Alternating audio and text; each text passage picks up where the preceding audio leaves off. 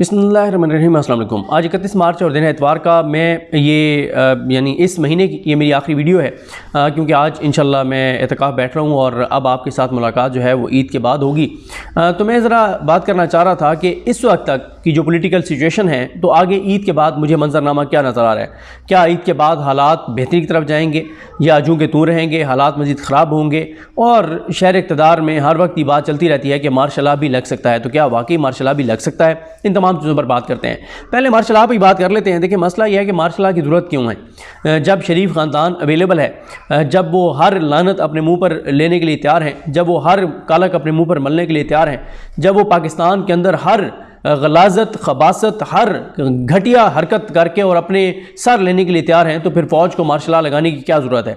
और जो शरीफ ख़ानदान कर सकता है वो अगर मार्शल लॉ लग भी जाए, तो जब मार्शल लॉ लगता है क्या होता है कि फ़ौजी जवान और अफसरान उनको मुख्तलिफ जगहों पर तैनात कर दिया जाता है। अब उनमें से अगर कोई अफसर होगा तो ज़ाहिर है जिसको पता है कि उसने अपनी ड्यूटी तो ओबे करनी है। फ़ौज के सिस्टम इस तरह का है कि उसने हुक्म की तामील करनी है, लेकिन उसको ये भी पता होगा कि उसने रिटायरमेंट के बाद इस मुल्क के अंदर रहना है, उसका जीना मरना इस मुल्क के साथ है। तो वो जिस भी हद तक जाएगा, कम अज़ कम उस हद तक नहीं जाएगा जहाँ पे उसे लगे कि यार अगर मैं ये कर दूंगा तो इससे पाकिस्तान का बहुत नुकसान हो जाएगा। तो वो एक अपनी ड्यूटी भी पूरी करेगा, लेकिन ये भी जहन में रखेगा। लेकिन शरीफ ख़ानदान जब कोई काम करता है तो उन्हें इस बात की परवाह नहीं होती कि इस मुल्क के साथ क्या होगा, इस मुल्क की आने वाली नस्लों के साथ क्या होगा, क्योंकि उनके असासे बाहर हैं, उनकी जायदादें बाहर हैं, उनके कारोबार बाहर हैं, उनकी औलादें बाहर हैं, उनका सब कुछ बाहर है, उनका मफाद बाहर है। आज अल्लाह ना करे, अल्लाह ना करे, अल्लाह ना करे, पाकिस्तान पर वो वक्त आए, कड़ा वक्त आए जिस तरफ मुल्क को ये लेकर जा रहे हैं, तो सबसे पहले पाकिस्तान से ये शरीफ ख़ानदान भागने वाला होगा। लंदन में फ्लैट्स भी मौजूद हैं, बाहर कारोबार भी मौजूद है, सारा कुछ बाहर, डॉक्टर भी बाहर हैं, शादियाँ भी इनकी बाहर होती हैं, सब कुछ इनका बाहर होता है, इनको तो मसले कोई नहीं है। तो जितनी बेदर्दी के साथ मुल्क के साथ खिलवाड़ ये कर सकते हैं, उतनी बेदर्दी के साथ नहीं कोई और कर सकता। और फिर फ़ौज का मसला भी नहीं है कि हमारा नाम, मतलब वैसे तो पूरे पाकिस्तान को पता है कि इस वक्त लड़ाई इस्टेब्लिशमेंट और इमरान खान की है, लेकिन जो फ्रंट के ऊपर फेसेस हैं वो शरीफ ख़ानदान के हैं, ये सिविलियन फेसेस हैं, और ये सिविलियन फेसेस अपनी ज़ात और मफाद के लिए सब कुछ कर रहे हैं और सब कुछ अपने सर भी ले रहे हैं। लेकिन जब हम बात करते हैं, बहुत से लोग हमें कहते हैं जी आप इस्टेब्लिशमेंट का नाम नहीं लेते, आप फलां का नाम नहीं लेते, आप फलां का नाम नहीं लेते। मेरा ये ख्याल है कि देखें होता क्या है, अगर आज हम फ़ौज की क़यादत का नाम लें भी तो उन्होंने साल, डेढ़, 2, 3 साल बाद रिटायर हो जाना है। अगर इसको एक्सटेंशन मिलेगी तो वो 3 साल और रह लेगा। लेकिन मसला ये है कि ये जो मकरूह किरदार हैं, ये जो गलाजत है, ये जो गंदे किरदार हैं सियासी, इनके ऊपर बात करना ज़रूरी है, ताकि इनकी सियासी तौर पे इनका सब कुछ ख़त्म हो, ताकि इनकी सियासत ये है ना, इनकी आने वाली नस्लों को जो पाकिस्तान आगे कब्ज़ा देना है, इनका रास्ता रुके।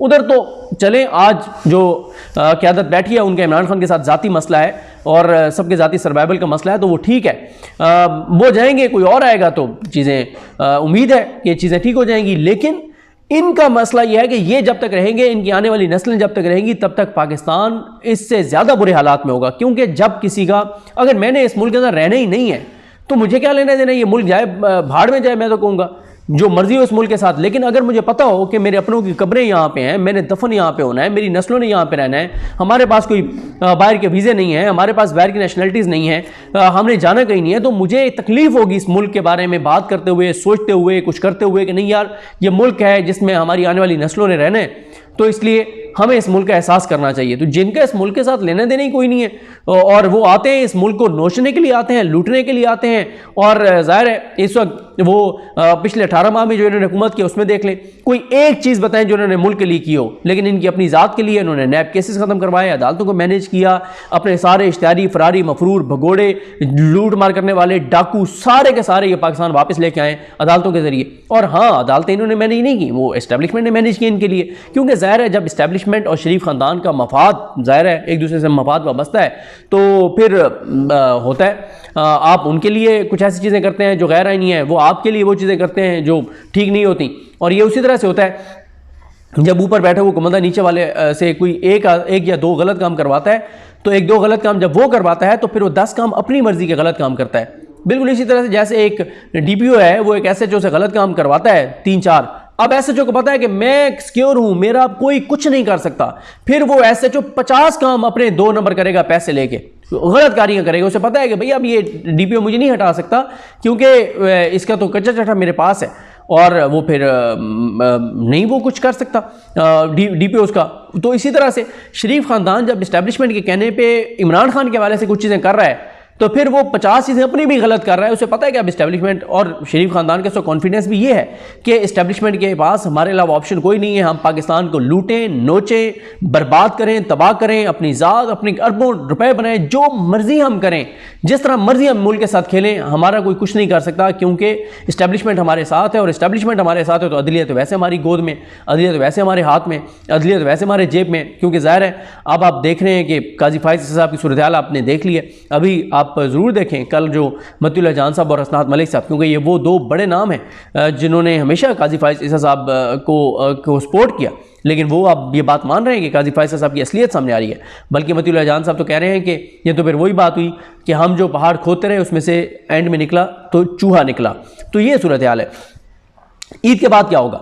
देखिए ईद के बाद मैं आपको बता दूं कि सबसे बड़ा चैलेंज तो क्योंकि ये सारे चैलेंजेस इस्टेब्लिशमेंट के लिए, इसमें से कोई भी चैलेंज हुकूमत के लिए नहीं है। हुकूमत मैटर ही नहीं करती, ना वो अवाम के वोट से आए हैं, ना वो अवाम के लिए आए हैं, ना वो पाकिस्तान के लिए आए हैं। इस्टेब्लिशमेंट उनको लेके आई है क्योंकि ज़ाहिर है इस्टेब्लिशमेंट की ज़ाती लड़ाई है इमरान खान के साथ कि इमरान खान को किसी सूरत में नहीं आने देना। और फिर अमेरिका के भी जो इमरान खान के बारे में ख्यालात हैं और जो पॉलिसी है वो भी पूरे पाकिस्तान को पता है। तो इस्टेब्लिशमेंट इनको लेके आई है, तो इसलिए ये तो मैटर ही नहीं करते। ये सारे चैलेंजेस इस्टेब्लिशमेंट के लिए क्योंकि मुल्क को इस्टेब्लिशमेंट चला रही है। ये तो ज़ाहिर है बेचारे शहबाज शरीफ को तो यही बताया जाता है कि आज फलानी जगह ताज़ियत पे चले जाओ, फलानी जगह जनाजे पे चले जाओ, फलाना ये कर दो, फलाना ये कर दो। शहबाज शरीफ बेचारी की तो औकात ही कोई नहीं है। और जरदारी तो सांस अपनी मर्ज़ी से नहीं ले सकता। और मरीम नवाज़ का भी आपको पता ही है कि वो टिकटॉक अपनी मर्ज़ी से बना सकती है, बाकी वो SHO भी अपनी मर्ज़ी का नहीं लगा सकती। लेकिन जिम्मेदार वो है क्योंकि ओहदे पर वो बैठी है। जो खिलवाड़ होगा पंजाब के अंदर जिम्मेदार होगी और बड़ी चीज़ें पंजाब के वाले से भी इंटरेस्टिंग होने जा रही हैं। इस्टेब्लिशमेंट के लिए ज़ाहिर है सबसे बड़ा चैलेंज तो PTI है ईद के बाद। और ईद के बाद PTI ईवान के अंदर भी एहतजाज कर रही होगी, ईवान से बाहर भी एहतजाज कर रही होगी, पाकिस्तान के अंदर भी एहतजाज कर रही होगी, पाकिस्तान के बाहर भी एहतजाज कर रही होगी, पाकिस्तान के बाहर इंटरनेशनल फोरम्स में भी वो एक्टिव होंगे। क्योंकि मेरी PTI के लोगों से मुलाकात होती रहती है, बात होती रहती है, तो पता चलता रहता है कि PTI कितनी एग्रेसिव पॉलिसी इख्तियार करने जा रही है ईद के फ़ौरन बाद। और मैं आपको ये भी बता दूँ कि PTI के बड़े बड़े नाम जो आपको इस वक्त नज़र आ रहे हैं ये कहीं नहीं नज़र आपको आएंगे, बिल्कुल नए चेहरे आपको नज़र आएंगे। क्योंकि इमरान खान ने लाइन खींच दी है कि मफामत वाले एक तरफ हो जाओ, मज़ामत वाले एक तरफ हो जाओ। और ईद के बाद आपको सिर्फ मज़ामत वाले नज़र आएंगे। मज़ामत करने वाले, डील करने वाले, खौफ खाने वाले, जिनको ये डर है कि हमारी सीट रिकाउंट के नाम पे चली जाएगी, जिनको ये डर है कि हमारी को वीडियो आ जाएगी, जिनका कोई और जो स्टाम्प लिख के दे आए हैं, स्टाम्प पेपर लिख के दे आए हैं और वो उस वजह से कंप्रोमाइज़ हैं, जो और राब्तों में हैं वो उस वजह से कंप्रोमाइज़ हैं। ये सारे कंप्रोमाइज़ या तो इनको ये सारा कुछ छोड़ के और साथ उस स्पीड में चलना पड़ेगा, अदरवाइज़ ये सारे गुम हो जाएंगे और आपको नज़र आएगा तो आपको वो चेहरे नज़र आएंगे PTI के जो मज़ामत करने वाले होंगे। और इसमें जो बाहर बैठे हुए लोग हैं उनका किरदार PTI के बहुत बढ़ जाएगा। क्योंकि एक चीज़ और भी मैं आपको बता दूं कि लिस्टें बनना PTI के अंदर भी शुरू हो गई हैं कि कौन कितना कंप्रोमाइज़ है, किस किस मौके पे कौन क्या कर रहा है, कौन नहीं कर रहा। ये सब चीज़ें इमरान खान के सामने रखी जाएंगी। और जब इमरान खान आएंगे तो कुछ बहुत से लोग तो मेरिट के ऊपर आपको बिल्कुल फारिग होते हुए नजर आएंगे और एकदम उनका सर जाके ज़मीन पे लगेगा कि हमारे साथ हुआ क्या है। क्योंकि उनकी चीज़ें सारी नोट हो रही हैं कि कौन किस तरह से कंप्रोमाइज़ है और क्या कर रहा है। और दूसरा यह है कि कुछ लोगों के साथ ज़्यादती भी हो जाएगी। क्योंकि ज़ाहिर है इमरान खान साहब को अगर किसी के बारे में 4-5 लोग जाके अलग अलग बताएंगे और पूरा एक प्लान करके, तो इमरान खान ज़ाहिर है वो तो अब जेल में, उन्हें तो नहीं पता बाहर क्या है, तो उन्होंने ज़ाहिर है कुछ लोगों पे एतमाद ही करना है ना, ये ठीक बता रहा होगा। तो इस तरह कुछ लोगों का नुकसान भी हो जाएगा जो बिल्कुल ठीक लोग होंगे, लेकिन इमरान खान साहब को ऐसी चीज़ें उनके बारे में बताई जाएंगी कि वो बेचारे वक्ती तौर पर तो साइलेंट हो जाएंगे, लेकिन वक्त के साथ साथ फिर सच सामने आ जाता है। तो मैंने आपको बता दिया कि सबसे बड़ा चैलेंज PTI है, एजुटेशन कर रही होगी। उसके बाद ये 6 जजेस वाला मामला बिल्कुल नहीं इतनी आसानी से दबेगा और PTI इसको फुल जो है वो आगे लेकर जाएगी। PTI एजुटेशन करेगी, PTI एहतजाज करेगी, PTI दबाव बढ़ाएगी तो ये 6 जजेस बचेंगे। वरना काजी फाइज ईसा साहब, शहबाज शरीफ और जस्टिस मंसूर अली शाह का जो मंसूबा नज़र आता है इस वक्त वकला के अंदर, और मैं आपको बताऊँ वकला मुझे कॉल्स करके कहते हैं सदीक जान साहब आप काजी फाइज ईसा के पीछे पड़े रहते हैं, आप उस पर तनकीद करते हैं। वकला का ये बहुत से जो इंटरनल मामला को जानते हैं वो कहते हैं कि असल किरदार जो है वो जस्टिस मंसूर अली शाह हैं और वो कहते हैं कि सारी गेमें जो खेल रहे हैं मंसूर अली शाह साहब खेल रहे हैं। और वो कहते हैं कि मंसूर अली शाह साहब जो है, बल्कि एक वकील ने मुझे बड़ी इंटरेस्टिंग बात की उसने मुझे वाक़या सुनाया, वो खैर हम भी सुनते रहते हैं। कहते हैं कि मंसूर अली शाह साहब क्या करेंगे। मैंने कहा, मैंने एक वकील से बात हुई थी, मैंने कहा जी वो कहते हैं कि मंसूर अली शाह साहब बड़ी इंटरनेशनल कॉन्फ्रेंसेस में जाते हैं, बड़ा इंग्लिश लिटरेचर के हवाले देते हैं, बड़ा ये वो बड़ा वो काजी साहब से तो मुख्तलिफ होंगे, इतना वो गंद नहीं करेंगे जो काजी साहब ने किया। तो उसने मुझे कहा कि आप बड़े सादे हैं। उन्होंने कहा कि आप वही काम करने जा रहे हैं जो काजी फाइज से कि हामियों ने करना शुरू कर दिया था कि काजी साहब आएंगे तो मुल्क में आइन और कानून का बड़ा जो है वो अलम बुलंद हो जाएगा।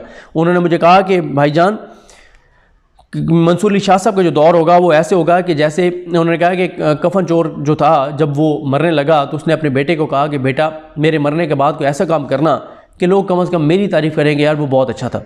तो कफन चोर मर गया। तो कफन चोर का बेटा क्या करता था कि कफन चोर तो सिर्फ कफन चोरी करता था कब्र खोल के। तो कफन चोर के बेटा क्या करता था, वो कफन चोरी करता था और साथ वो जो मैयत होती थी, जो मुर्दा होता था, उसकी बेहुरमती भी करता था, उसके जिस्म की बेहुरमती भी करता था। तो लोगों ने कहना शुरू कर दिया कि यार जो भी है ना, वो कफन चोर खुद बड़ा अच्छा था, उसके बेटा तो बहुत ही मतलब उसको बुरा भला कहते थे। तो उसने मुझे कहा कि जब मंसूर अली शाह साहब आएंगे तो आपको काजी फाइज साहब बेहतर नजर आएंगे। ये कुछ वकला जो इंटरनली चीज़ों को बहुत करीब से देखते हैं वो ये कह रहे हैं। तो इसका मतलब क्या है? इसका मतलब यह है कि अगर कोई ये होप लगा के बैठा है कि पाकिस्तान के सिस्टम के अंदर रहते हुए और कोई सुप्रीम कोर्ट के अंदर अक्टूबर में तब्दीली आ जाएगी, तो ऐसा वकला कहते हैं कि नहीं होगा। और वो कहते हैं कि काजी फाइज ईसा से भी 2-4 कदम आगे जाएंगे मंसूर अली शाह साहब। तो वो कहते हैं कि इस वक्त तो सारी गेम असल तो मंसूर अली शाह साहब कर रहे हैं, ये सारा शहबाज शरीफ को मिलना, ये सारी चीज़। वो कहते हैं काजी साहब को तो चलाते मंसूर अली शाह साहब हैं। ये कुछ वकला का ख्याल है, अब अल्लाह की ज़ात बेहतर जानती है। और वो जो वकला मुझे बहुत जोर दे के वो बार बार कहते हैं, वो कहते हैं जब वक्त आएगा बातें खुलेंगी, आपको पता चलेगा कि मंसूर अली शाह साहब असल किरदार थे। और ज़ाहिर है मंसूर अली शाह साहब बेनिफिशरी भी हैं इस सारे निज़ाम के मंसूर जिस तरह से एजाज़ुल एहसन साहब से इस्तीफ़ा लिया गया। और मैं आपको बताऊँ, ये बात जब मैं करता हूँ ना तो मैं नीचे देखता हूँ 80% कमेंट्स पॉजिटिव होते हैं एजाज़ुल एहसन साहब के हवाले से, 20% तनकीद भी होती है। जब भी मैं एजाज़ुल एहसन साहब और मज़ाहिर अली अकबर नकवी साहब की बात करता हूँ, मैं आपको दिल से एक बात बता रहा हूँ, मैं रोज़े के साथ आपको एक बात बता रहा हूँ कि बहुत कुछ है जो हम आपको नहीं बता सकते, बहुत कुछ हमारे नोटिस में। अब मैं आपको एक और मिसाल दे देता हूँ। चले, आपको पता ही है सदाकत अब्बासी साहब जो पीटीआई के रहनुमा थे और अभी भी ज़ाहिर है वो पीटीआई के साथ खड़े हैं, तो उनके नाम ईसीएल पे हैं और उनके केसेस चल रहे हैं, किसी एक केस से भी उनको बरी नहीं किया गया। सदाकत अब्बासी साहब ज़ाहिर है अभी वो बात नहीं कर रहे, वो कहीं आपको नज़र नहीं आ रहे, वो आपको कोई मीडिया पे बात करते हुए नज़र नहीं आते, वो अपनी कहानी बताते हुए नज़र नहीं आते। आप उनकी फैमिली के किसी करीबी बंदे से मिलें जो आप पे एतमाद करते हुए आपको बता दे। मेरा एक दोस्त है, सहाफ़ी है, आप उस सहाफ़ी को जानते हैं, नाम उनका मैं नहीं लेना चाहता, जो मरी से हैं और सदाकत अब्बासी साहब उनकी फैमिली के करीब हैं, वो ये बात जानते हैं। आप जब सदाकत अब्बासी साहब के ऊपर होने वाला जुल्म सुनेंगे, आपके रोंगटे खड़े हो जाएंगे, आपकी आंखों से बेख्तियार आंसू आ जाएंगे। आप जब जुल्म सुनेंगे कि सदाकत अब्बासी के साथ क्या हुआ, तो फिर आपको अंदाज़ा होगा। बातें करना बहुत आसान होता है कि जिस तरह से सदाकत अब्बासी साहब के साथ हुआ, और फिर मुझे जब पता चला कि जो कुछ मेरे उस दोस्त ने मुझे बताया कि सदाकत अब्बासी साहब को जब डॉन में लेके गए तो आदिल शाहज़ेब का क्या किरदार था। आदिल शाहज़ेब के साथ मेरा बड़ा अच्छा ताल्लुक़ था, लेकिन मुझे अब घिन आती है ऐसे लोगों से। जिस आदिल अब्बासी ने जो वहाँ पर किया, जिस तरह से किया, मुझे अफसोस होता है कि मेरे इस शख्स के साथ ताल्लुक़ रहा है आदिल अब्बासी के साथ। या आदिल अब्बासी कह रहा हूँ यार, आदिल शाहज़ेब साहब, सॉरी यार, आदिल अब्बासी साहब तो दूसरे। तो आदिल शाहज़ेब की बात कर रहा हूँ कि मतलब कि, और आदिल अब्बासी साहब से दोबारा माजरत, कोई ये ना उनको बता दे कि मैंने उनका नाम लिया। मैं आदिल शाहज़ेब की बात कर रहा हूँ। पूरे पाकिस्तान को पता है कि आदिल शाहज़ेब ने वो इंटरव्यू किया था, और जिस तरह से आदिल शाहज़ेब का उसमें किरदार था, बड़ा मकरूह, नीच, गलीज़ किरदार था आदिल शाहज़ेब का। तो घिन आती है ऐसे लोगों से। और मैं आपको बताऊँ, ऐसे ऐसे किस्से सामने आएंगे। सिर्फ आप सदाकत अब्बासी का किस्सा सुनेंगे जो मुझे एक थर्ड पर्सन बता रहा है, तो मेरी आंखों में आंसू आ गए सुन के कि इतना जुल्म हुआ है। और फिर मैं तो ज़ाहिर है जब उनकी वालदा के हवाले से मुझे पता चला कि जिस लम्हे सदाकत अब्बासी पर उधर जहाँ पे उसको टॉर्चर सेल में रखा गया था, जब उस पर उधर जुल्म होता था, रात के जिस पहर तशद्दुद होता था, उसी वक्त घर में बिस्तर पर लेटी माँ जो है उठ के बैठ जाती थी, माँ चीखें मारती थी, माँ कर्ब महसूस करती थी, माँ दुख महसूस करती थी, माँ तकलीफ महसूस करती थी। ये रिश्ता होता है माँ का अपनी औलाद के साथ, ठीक है। तो बड़ी तकलीफ दे, मतलब मैं तो बात सुन के, और ज़ाहिर है मैं बहुत सारी चीज़ें इससे आगे मेरे लिए बयान करना बड़ा मुश्किल है, क्योंकि मैं जब ये बातें इसका जिक्र भी कर रहा हूँ तो मेरे जहन में वो बात आ रही है जो मैंने सुनी सदाकत अब्बासी साहब के हवाले से कि उनके साथ क्या हुआ। खैर, सॉरी, आगे बात करते हैं। तो बहरहाल ये 6 जज का मामला जो है ये नहीं होगा, ये नहीं दबेगा। पीटीआई इसको बहुत आगे लेके जाएगी और पीटीआई को लेके जाना भी चाहिए। और ये पीटीआई की जिम्मेदारी नहीं है, अवाम पाकिस्तान का मसला है, अवाम पाकिस्तान को निकलना होगा, वरना काजी फाइज ईसा इन 6 जजेस के साथ बहुत बुरा करने जा रहे हैं। जस्टिस मंसूर अली शाह साहब, काजी फाइज ईसा और शहबाज शरीफ, जो ये इन 6 जजेस के साथ करने जा रहे हैं, ये अवाम पाकिस्तान का मसला है। अगर ये 6 जज फारिग हो गए, उसके बाद वो दौर आने वाला है, वो वक्त आने वाला है कि चौकों और चौराहों पर लोगों को सीधी शायद गोलियां मारी जाएं, काजी फाइज ईसा साहब कुछ ना करें। ये वक्त आ जाएगा पाकिस्तान के अंदर अगर ये 6 जज फारिग हो गए। ये 6 जज पाकिस्तान की आखिरी उम्मीद है। ये फारिग हो गए तो बहुत पाकिस्तान के अंदर मैं तबाही और बर्बादी देख रहा हूँ। अल्लाह ताला रहम करे, पाकिस्तान के हालात बहुत ख़राब होंगे। जो ये निज़ाम पाकिस्तानियों के साथ करेगा, निहत्ते लोगों के साथ करेगा, वो आपको अंदाज़ा नहीं है। और वो बात वहीं पर रह गई। सदाकत अब्बासी साहब का मसला आ गया था, इजाज़ुल हसन साहब की बात कर रहा था और मज़ाहिर अली अकबर नकवी साहब की बात कर रहा था। वक्त आएगा, बात करेंगे। अब आप मुझे भी आप बुज़दिल कह सकते हैं, मुझे आप कह सकते हैं बुज़दिल, कहें मुझे कहें कि तुम इतने बुज़दिल हो, तुम्हें पता है कि आदिल शाहज़ेब ने क्या किया, तुम्हें पता है कि सदाकत अब्बासी के साथ क्या हुआ, बताते क्यों नहीं हो? कह सकते हैं आप, कहें मुझे, हाँ मैं हूँ बुज़दिल, मैं नहीं बता सकता अभी। ठीक है, तो चीज़ें हैं, मैं आपको बता रहा हूँ। जब इजाज़ुल हसन साहब के मामला, मज़ाहिर अली अकबर नकवी साहब का मामला आएगा, जो आज लोग तनकीद कर रहे हैं उनमें से 90% लोग कहेंगे कि उनके पास कोई और ऑप्शन नहीं था और उन्होंने ठीक किया था। जो उनके हवाले से मंसूबे थे या जो चीज़ें थी, जिस पे गुजरती है, जिस पे बीतती है, वही बता सकता है। कहते हैं ना, जगह वही जलती है जहाँ पे आग लगी होती है। और वो जो कहा जाता है ना कि हरफ तसल्ली एक तकल्लुफ़, जिसका दर्द उसी का दर्द। अगर मैं एक तकलीफ से गुजर रहा हूँ, लोग कहेंगे यार बस ठीक है, हो जाता है ऐसे वैसे, लेकिन मुझे पता ना मैं उस दुख दर्द से गुजर रहा हूँ। तो जो दुख दर्द से गुजरे हैं उनको बेहतर पता है, और जो जिस तकलीफ से और जिस चैलेंज से, जिस मुश्किल से गुजर रहे हैं। तो मंसूर अली शाह से बेनिफिट नहीं है इजाज़ुल हसन साहब से जो इस्तीफा लिया गया उसके, और उनका टेन्योर बढ़ गया। और अगर अभी एक्सटेंशन होती है काजी फाइज साहब की और टेन्योर पोस्टिंग होती है, तो काजी फाइज साहब का भी 24 माह बढ़ जाएंगे और मंसूर अली शाह साहब के ओवरऑल 3 साल बढ़ जाएंगे, और वो 2029 तक सुप्रीम कोर्ट में रहेंगे, 3 साल चीफ जस्टिस भी रहेंगे और 2 साल वैसे बढ़ जाएंगे उनके। तो ये एक बड़ा एक मामला होगा इस्टेब्लिशमेंट के लिए 6 जजेस वाला, और इसके ऊपर शायद कोई एक आध वकला तंजीम भी निकल आए। लेकिन पीटीआई बहुत बड़ी एजिटेशन करने जा रही है। मुईशत बहुत बड़ा चैलेंज है इस्टेब्लिशमेंट के लिए, वो नहीं संभल रही, और ये चोर डाकू लुटेरे संभालेंगे। अगर किसी को इनसे उम्मीद है तो वो अपना बेहतर है किसी अच्छे डॉक्टर से इलाज कराए, जिसको लगता है कि शहबाज शरीफ और इसकी हुकूमत मुईशत संभाल लेंगे, जिसको लगता है कि जो अवाम के वोटों से नहीं आए वो अवाम को डिलीवर करेंगे। अगर किसी को लगता है तो वो बेहतर है किसी अच्छे डॉक्टर से अपना इलाज करवाए पहली फुर्सत में। और अगर उसको नहीं उसके पास पैसे, तो वो KPK चला जाए, अली मीन गंडापुर साहब को कहते हैं या फैसल अमीन साहब को कहते हैं कि वो वहाँ पे मुज़म्मिल असलम साहब को कहते हैं कि वो उनका फ्री में वहाँ पे कोई कार्ड शार्ड बना दें, और या वो एड्रेस चेंज करवा दें। पता नहीं एड्रेस चेंज होने से पता नहीं हेल्थ कार्ड उनको सहूलत मिलेगी KPK की नहीं, कर लें, लेकिन इलाज अपना बेहतर है वहाँ से कर लें। या अगर किसी को, क्योंकि ये इसमें मसला उस शख्स के दिमाग का होगा जिसको लगता है कि शहबाज शरीफ डिलीवर करेगा, तो अगर वो और कहीं नहीं जा सकता तो मेरा विक्टोरिया हॉस्पिटल में बहुत अच्छे तल्लुकात हैं डॉक्टर्स के साथ, न्यूरो वार्ड में ख़ास तौर पर। तो वहाँ पे न्यूरो वार्ड जो भावलपुर का है, वहाँ पे उसको दिमागी तौर पे उसका CT स्कैन, एक्सरे, वो सारी चीज़ें करवा देते हैं ताकि वो ज़रा अपने दिमाग का इलाज करवाए जिसको लगता है कि शहबाज शरीफ डिलीवर करेगा। उसके बाद मुईशत बड़ा चैलेंज है एस्टेब्लिशमेंट के लिए, दहशतगर्दी बहुत बड़ा चैलेंज है, अमन अमान बहुत बड़ा चैलेंज है। चाइनीज़ ने काम रोक दिया है, हज़ारों पाकिस्तानी बेरोज़गार हो गए हैं, चाइनीज़ की हलाकतें हुई हैं, बलूचिस्तान में हालात आपके सामने हैं, अफगानिस्तान के बॉर्डर पे हालात आपके सामने हैं, KPK के हालात आपके सामने हैं। पाकिस्तान में दहशतगर्दी के इतने वाक़यात किसी एक महीने में शायद बड़े वाक़यात हुए हों पिछले 10 साल में जो इस मार्च में हुए हैं। तो दहशतगर्दी बड़ा चैलेंज है, इन्वेस्टमेंट लाना बड़ा चैलेंज है एस्टेब्लिशमेंट के लिए। अब मसला यह है कि बाहर की दुनिया ना शहबाज शरीफ को हुकूमत मानती है, ज़ाहिर है वो इनको मुस्तरद तो नहीं कर रहे, लेकिन ना वो इन पर एतमाद करते हैं, उन्हें पता है कि अवाम के वोटों से नहीं आए, ना अवाम इनके ऊपर एतमाद करते हैं कि ओवरसीज़ पाकिस्तानी रेमिटेंसेस भेजें इनके लिए, इन्वेस्ट करें, ना फॉरेन डायरेक्ट इन्वेस्टमेंट यहाँ पे इनके नाम पे को करेगा, क्योंकि पहले तो कट मांगते हैं, करप्शन और चोरी और लूट मार डकैती मारते हैं। फिर दूसरा इनका ये भी है कि पाकिस्तान में दहशतगर्दी के हालात ऐसे हैं, कौन आके इन्वेस्टमेंट करेगा। IMF के साथ एक नए प्रोग्राम के लिए हम बात करने जा रहे हैं, उसका जो इम्पैक्ट अवाम क्या है ऊपर आएगा, अवाम में जो रईज़ कसर है वो निकल जाएगी, कमर टूट जाएगी लोगों की जो बची खुची साख है वो तबाह हो जाएगी, लोगों का भरम टूट जाएगा जो पाकिस्तानियों के साथ होने जा रहा है, महंगाई और बिजली गैस इन सारी चीज़ों के ऊपर लोड शेडिंग होगी। फिर इस सब के बावजूद जो बिजली के बिल आएंगे, मैं आपको बता रहा हूँ बहुत खौफनाक हालात होंगे। फिर इस्टेब्लिशमेंट के लिए मौलाना फजल रहमान बहुत बड़ा चैलेंज है। फवाद चौधरी साहब ने, अब फवाद चौधरी साहब क्यों गिरफ्तार हैं? फवाद चौधरी साहब ने तो प्रेस कॉन्फ्रेंस कर दी थी हिकमत के तहत कि मैं सियासत से ताल्लुक़ हो रहा हूँ, लेकिन क्यों अब वो गिरफ्तार हैं इतने अरसे से, क्यों वो बाहर नहीं आ रहे? एक वाहिद फवाद चौधरी है जो बज़ाहिर पीटीआई वाले उनको बहुत से नाम पीटीआई में नहीं मानते, लेकिन उसके बावजूद फवाद चौधरी क्यों अंदर है? क्यों उसकी वो तकलीफ दे तस्वीरें और वीडियो सामने आती हैं, बेटियों को जिस तरह वो मिल रहे हैं हथकड़ियों के साथ। फवाद चौधरी के वाले से भी मुझे पता है कि वो क्या कर रहे थे, उनका जुर्म क्या है। उनके वो फवाद चौधरी साहब, इस पर भी कभी बात करेंगे। फवाद चौधरी बाहर बैठकर बज़ाहिर प्रेस कॉन्फ्रेंस करके सियासत छोड़ के वो काम कर रहे थे जो पीटीआई के जो मंजर आम पे नज़र आने वाले बड़े बड़े नाम नहीं कर पा रहे थे, नहीं कर सकते थे, या उनकी कैपेसिटी नहीं थी, या फोकस नहीं था, या तवज्जो नहीं थी। जो काम फवाद चौधरी कर रहे थे वो चीज़ें रिपोर्ट हुई और फवाद चौधरी उठा लिए गए और आज तक वो अंदर है।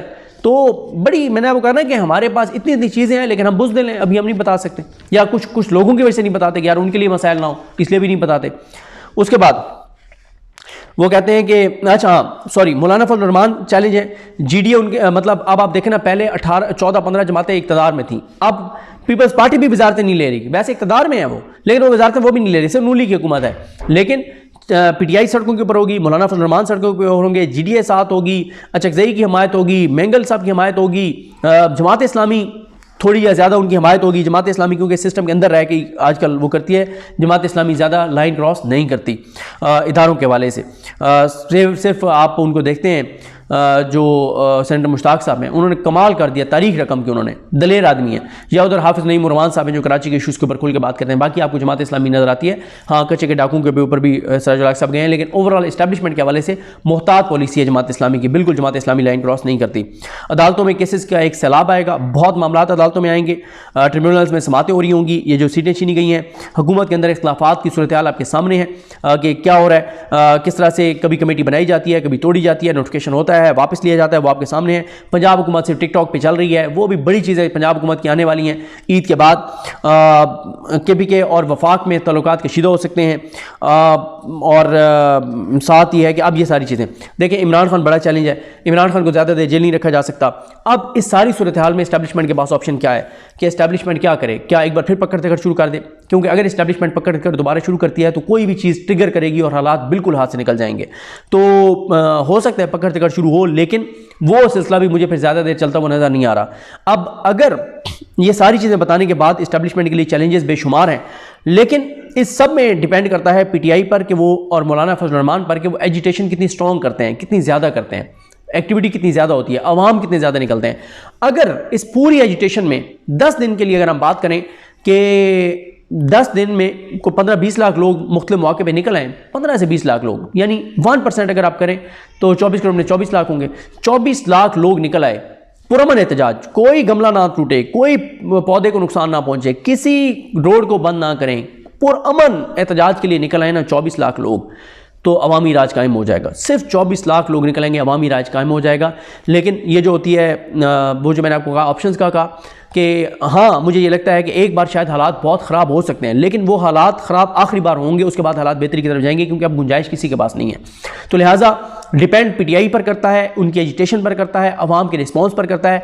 अगर अवाम का रिस्पॉन्स आ गया, अगर अवाम निकल आई, अगर अवाम ने पुरअमन एहतजाज किया, तो ये ज़्यादा देर सिस्टम नहीं चलेगा। इमरान खान के पास भी डू और डाई है, अप्रैल मई 2 महीने इमरान खान के पास, क्योंकि इमरान खान कहते हैं कि अगर इन 2 माह में हम कुछ हासिल ना कर सके तो फिर बड़ी लंबी लड़ाई है, फिर बड़ा टाइम लगेगा। तो इमरान खान बहुत एग्रेसिव होने जा रहे हैं, उनकी पार्टी बहुत एग्रेसिव होने जा रही है। जो पीटीआई के अंदर कंप्रोमाइज़ किरदार हैं वो पीछे हट जाएंगे, नए चेहरे सामने आ जाएंगे। देखना आज हामिद खान कहाँ है और नईम पंजोता कहाँ है, नईम पंजोता की इज्जत देखें कहाँ पहुँच गई, और हामिद खान टके जितनी औकात नहीं रह गई उसकी। तो इस तरह की सूरत हाल होगी। तो मेरी असेसमेंट ये है कि ईद के बाद मार्शल लॉ बिल्कुल नहीं लगेगा, मार्शल लॉ लगाने की जरूरत नहीं है। मार्शल लॉ से ज़्यादा फ़ौज के किरदार है इस वक्त इस निज़ाम के अंदर, और सारा गंद जो है वो नून लीग अपने मुंह पे मल रही है, सारी कालक, और ज़ाहिर है वो मलनी भी चाहिए उनको, क्योंकि उसकी वजह यह है कि वो बेनिफिशरी हैं इस सारे इस्टेब्लिशमेंट के, इस कंट्रोल के। उनके केसेस इस्टेब्लिशमेंट ने ख़त्म करवाए, जजेस के ज़रिए, अदालतों के ज़रिए नवाज शरीफ को बरी करवाए, ये सारी चीज़ें इस्टेब्लिशमेंट ने करवाई। वरना कौन सा जज है जो इस हद तक जा सकता था कि बगैर रसीदों के इनको बरी कर दे। तो अब इस सारी सूरत हाल में मुझे लगता है कि ईद के बाद हालात ख़राब होंगे एक बार, लेकिन जब वो हालात ख़राब होंगे उसके बाद चीज़ें बेहतरी की तरफ हर सूरत में जाएंगी, क्योंकि अब हमारे पास गुंजाइश ही नहीं है, किसी सूरत में कोई गुंजाइश नहीं है। और इमरान खान की अगर ये एजिटेशन बढ़ जाती है, इमरान खान को रिहा करना पड़ेगा, उसके अलावा ऑप्शन कोई नहीं है। इमरान खान की रिहाई, पाकिस्तान की बेहतरी और मैंडेट की वापसी, अवामी हुक्मरानी, अवाम की हकमियत, अवाम का सारा, इसके लिए ज़रूरी है कि लोग निकलें ईद के बाद। और अगर लोग निकलेंगे तो ये चीज़ें होंगी, अगर लोग नहीं भी निकलेंगे, कम निकलेंगे और हालात ख़राब होते हैं तो वो कम वक्त के लिए ख़राब होंगे, लंबे अरसे के लिए ख़राब नहीं होंगे, और उसके बाद फिर चीज़ें बेहतरी की तरफ जाएंगी। लेकिन ये नज़र आ रहा है कि इस्टेब्लिशमेंट के लिए चीज़ें बहुत मुश्किल हो गई हैं, क्योंकि महाज बहुत ज़्यादा खुल गए हैं, इतने महाज खुल गए हैं, किस किस महाज को इस्टेब्लिशमेंट जो है वो संभाले।